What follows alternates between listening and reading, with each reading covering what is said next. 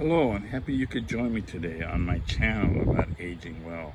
I'm your host, Guillermo Vidal, and I want to talk to you about how your worst life experiences and what they mean in your life.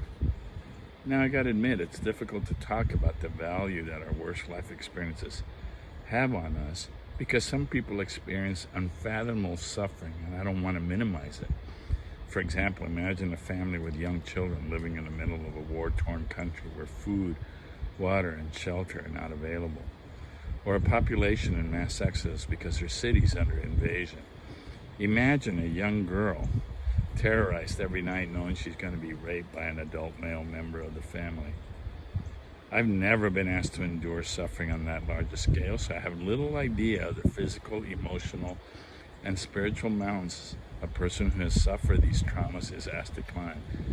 Nor do I wish to minimize something this horrible by making them equivalent to the most common setbacks most of us have to endure in life. Clearly, these things are different. But bear with me and let me use my own example to illustrate the point that our greatest trials can often be our greatest gifts.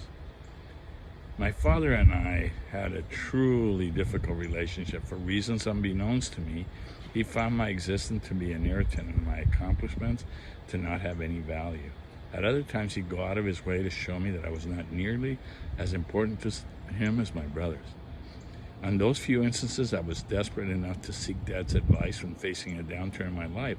His response was always critical and sarcastic, usually blaming or belittling me for having so many shortcomings and insisting that I lacked the ability to get myself out of whatever trouble I found myself in. A defining moment opened my eyes to the futility of wanting his love and approval. This happened when Colorado Governor Roy Romer appointed me to be the executive director for the Colorado Department of Transportation and a member of his cabinet. To me, the appointment to this important position marked the pinnacle of my engineering career.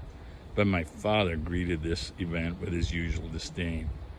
During a Father's Day visit to my home, he asserted that my appointment to serve under Governor Romer was the most embarrassing and demeaning day in his life. Imagine that. Insulted, I couldn't hold back any longer, and I argued vehemently against him. But this only triggered more insults from my old man. Finally, trying to put a final exclamation mark to his comments, he asked me, "How many asses did you have to lick to get that job?"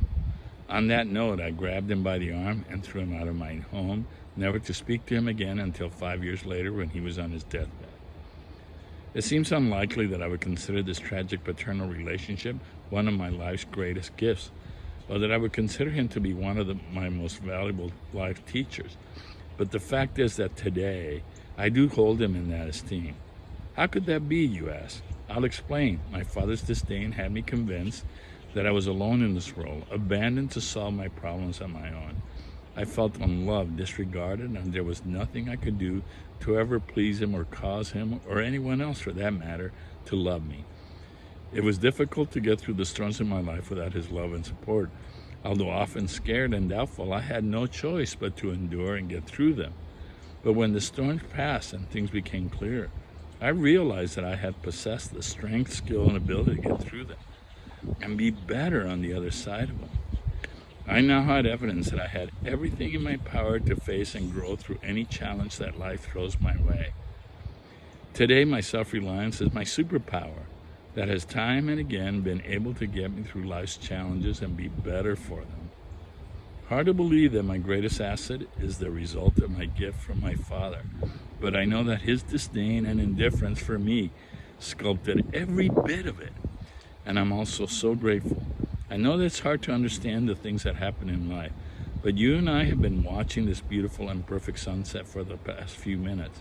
So the universe can cause the planets and the sun to rotate in their orbits and place the clouds and the water in the right spot to create this perfect beauty. Then it can also work everything in perfect unison in our lives. Keep this in mind as you reflect on your life. The things that have happened to you have purpose, and that purpose is about getting you to grow to your full bloom. Thanks for joining me today.